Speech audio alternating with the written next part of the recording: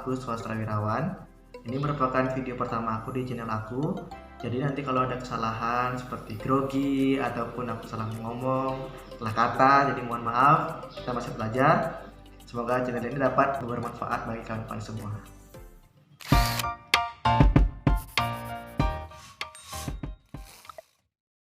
Di video pertama aku ini, aku akan bercerita tentang anggapan-anggapan orang tentang Kota Kupang. Kebetulan aku tinggal di Kota Kupang. Jadi aku juga sering keluar Kota Kupang, ataupun aku pulang kampung ke Bali. Jadi teman-teman aku sering tanya, Kupang itu di mana ya? Ada yang bilang Kupang itu di NTB, ada yang bilang Kupang itu di Papua juga ada, di Ambon juga ada pernah. Jadi aku akan berbagi sama teman-teman semua yang belum mengenal Kupang ataupun ingin belajar lebih tahu lagi tentang Kupang. Jadi aku akan berbagi kalian di sini. Jadi kalau ada salah tentang kata-kata aku dan juga informasi yang aku berikan, silahkan komen di bawah ini. Oke, anggapan yang pertama, letak Kota Kupang ada di mana?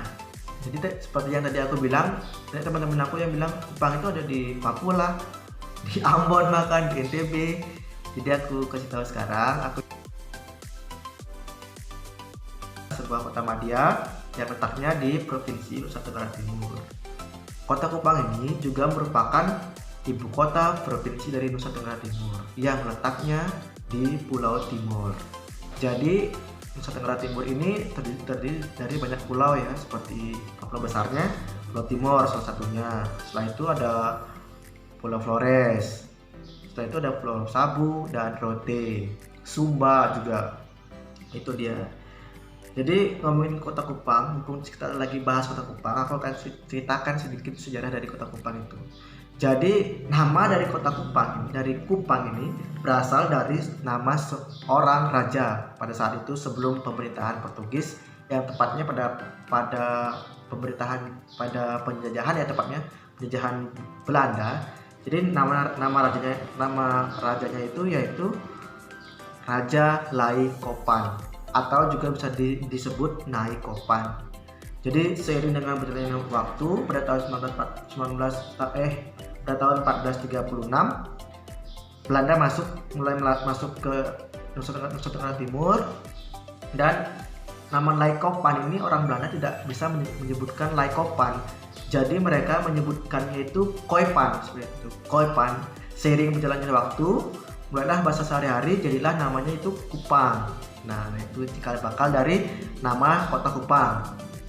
Jadi setelah Indonesia merdeka, melalui surat keputusan gubernmen saat itu ya, tanggal 6 Februari 1946, Kota Kupang diserahkan kembali kepada Sua Praja Kupang, yang kemudian dialihkan lagi statusnya pada tanggal 21 Oktober 1946 dengan bentuk Timor Elan Federati atau Dewan Raja-Raja Timor, dengan ketuanya saat itu H.A.A.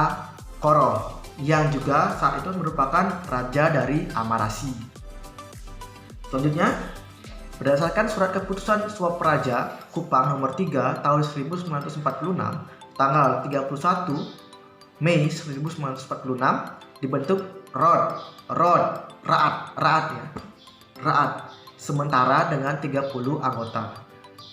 Setelah dibentuknya Raat, pada tahun 1949 Kota Kupang memperoleh status H-T dengan wali kota pertamanya yaitu TH J Mesa. Setelah adanya wali kota, kemudian berdasarkan Undang-Undang Nomor 69 tahun 1958 tentang pembentukan daerah-daerah tingkat 2 atau kabupaten ya tepatnya, antaranya itu Kabupaten Kupang, dan juga dengan surat keputusan Gubernur Kepala Daerah tingkat 1 Provinsi Nusa Tenggara Timur nomor 17 tahun 1969 tanggal 12 Mei 1969 dibentuk wilayah kecamatan, yakni Kecamatan Kota Kupang.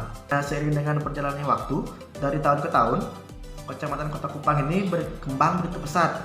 Nah, kemudian ini yang mengakibatkan pada tahun 1978 Kota Kupang ditingkatkan statusnya menjadi kota administratif pada tanggal 18 September tahun 1978. Oke, itu tadi merupakan sejarah singkat dari Kota Kupang. Semoga teman-teman yang nonton channel ini mendapat pengetahuan baru ya tentang Kota Kupang yang berada di timur Indonesia, di Nusa Tenggara Timur. Oke, anggapan yang kedua. Ini dia. Mungkin yang udah tahu Nusa Tenggara Timur itu lebih tahunya mereka tuh tahunya tentang Labuan Bajo, di Forest gitu. Jadi bandara di Kota Kupang ini mereka belum tahu. Jadi di Kota Kupang ini juga memiliki bandara ya. Namanya itu Bandara El Tari Kupang. Oke, ngomongin tentang bandara. Di sini juga aku akan bercerita, memberikan informasi kepada teman-teman, memberikan informasi pada teman-teman semua tentang sejarah dari Bandara El Tari ini. Jadi sebelum namanya Bandara El Tari, dahulu pada saat zaman penjajahan dulu itu namanya adalah Pelabuhan Udara Penfui. Ini digunakan untuk kepentingan Angkatan Udara. Tanggal 6 Mei tahun 1950, lapangan terbang Penfui ini diserahkan oleh militer Belanda kepada pemerintah Indonesia. Senang banget ya. Dan dengan berkembangnya kebutuhan akan Angkatan Udara pada tahun 1960 tepatnya, mulailah lapangan udara ini didarati oleh pesawat Garuda. Pada saat itu pesawat Garuda jenis DC-3. Saat itu penanganan dan pengaturan terhadap kegiatan penerbangannya itu dilakukan oleh Angkatan Udara. Karena pada saat itu belum adanya organisasi penerbangan udara di Indonesia. Pelabuhan Udara Penfui mulai dikelola oleh Kepala Pelabuhan Udara dengan dibantu bendaharawan di Dinas Meteorologi Departemen Perhubungan Udara, dan sejak itu dikenal dengan nama penerbangan sipil.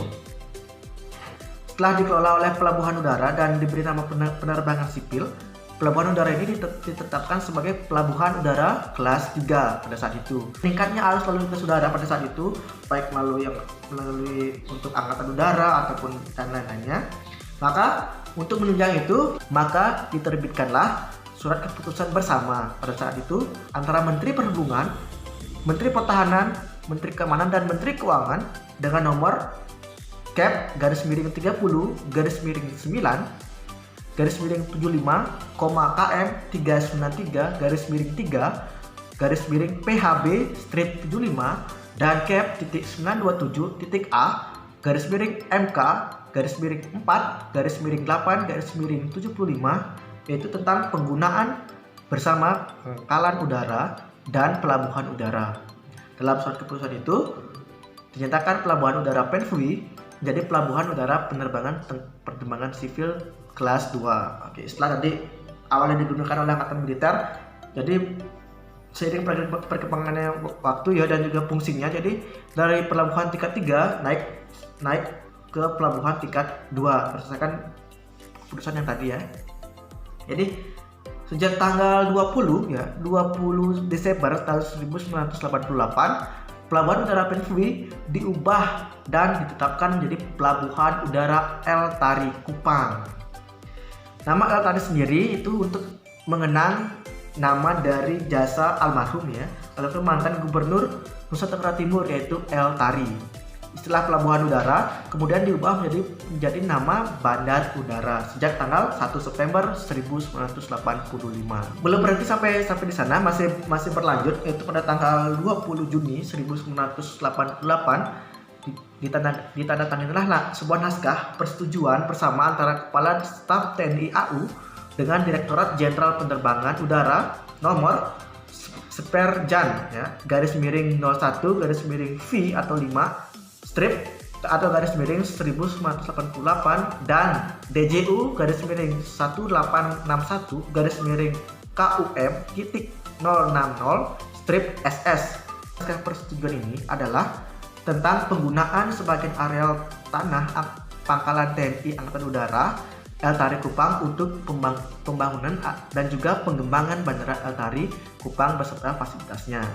Jadi berdasarkan surat keputusan ini, TNI AU bersama Direktorat Jenderal Perhubungan membuat kerjasama menggunakan tanah TNI AU untuk melakukan pengembangan dan juga pembangunan Bandara El Tari Kupang pada saat itu. Setelah ini ada lagi Surat Keputusan Menteri Perhubungan nomor KM 4/1995 tanggal 13 Januari tahun 1995 tentang penyempurnaan dan penataan kelas bandar udara El Tari ditingkatkan menjadi bandar udara kelas 1.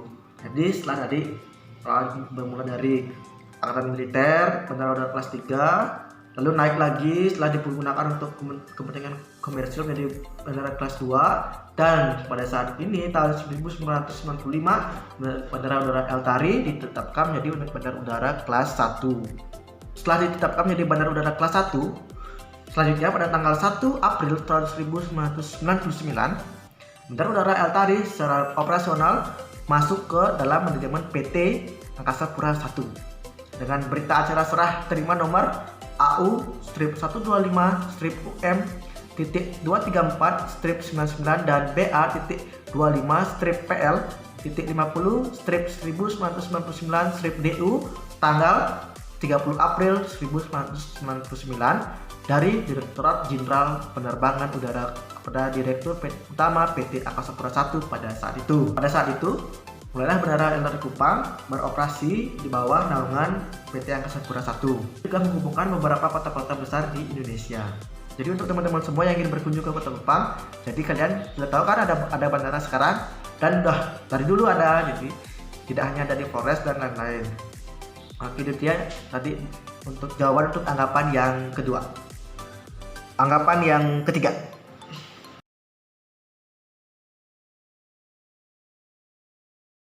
Oke, itu dia. Jadi ya teman-teman yang kalau ke Kupang tuh takut atau bagaimana ya, lihat orang-orang dari Kupang tuh besar, tinggi, dan juga ngomongnya agak keras seperti itu. Jadi saya kasih tahu nih. Oke, dari segi fisik oke lah. Kupang ini beda dari teman-teman yang dari Jawa, Bali, itu seperti itu. Jadi jangan dilihat dari fisiknya itu. Saya kasih tahu nih. Oke, dari segi fisik oke lah. Kupang ini beda dari teman-teman yang dari Jawa, Bali, itu seperti itu. Jadi jangan dilihat dari fisiknya itu. Don't judge the book, seperti itu ya. Don't judge cover by the book. Don't judge. Iya. Jangan menilai orang dari covernya saja, gitu ya. Oke lah, kita sedikit berbeda ya, kulit mungkin lebih hitam dari teman-teman yang ada di Jawa dan Bali dan Sumatera dan Kalimantan.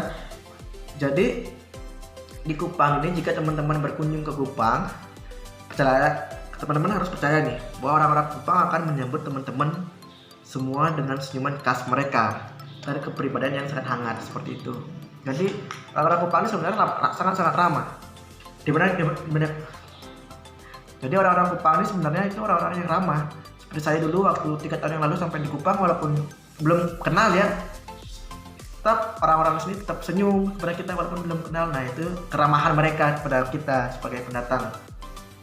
Dan juga selain itu mungkin teman-teman beranggapan di Kupang ini panas, keras, kota karang seperti itu. Jadi membuat orang-orangnya menjadi kasar dan lain-lain. Enggak sepertinya seperti itu. Jadi jangan pernah takut untuk ke Kupang. Jangan pernah takut dengan orang-orang Kupang. Orang-orang Kupang ini sangat baik ya. Salah satu contohnya saat saya baru pertama kali kesini, jadi saya sedikit tersentuh aja. Mereka bilang, pada saat itu mereka sedikit menyenggol saya dan mereka bilang, "Aduh kakak, jangan marah." Nah, kata-kata ini saya yakin tidak ada di daerah lain ya. "Aduh kakak, jangan marah seperti itu. Jadi bentuk kesopanan mereka, warga-warga Kota Kupang, Nusa Tenggara Timur seluruhnya pada kita sebagai pendatang. Jadi kita disambut dengan baik oleh mereka. Jadi intinya jangan takut ke Kota Kupang. Orang-orang Kupang tidak ada yang keras-keras seperti yang orang-orang bilang seperti itu. Kecuali memang orang-orang itu diusik seperti itu. Jadi orang-orang Kupang sangat ramah-ramah dan juga sangat sopan. Oke, itulah dia 3 anggapan yang menurut saya sangat menggelitik ya. Jadi saya buatkan konten. Semoga teman-teman yang penasaran dengan Kota Kupang dapat terjawab sudah. Jika teman-teman suka dengan video ini, sebarkan ke teman-teman yang lain. Jangan lupa dukung channel ini dengan cara klik subscribe dan juga komen, like. Itu untuk mendukung channel ini agar dapat berkontribusi, dapat memberikan informasi yang baik kepada kawan-kawan seterusnya. Bye-bye.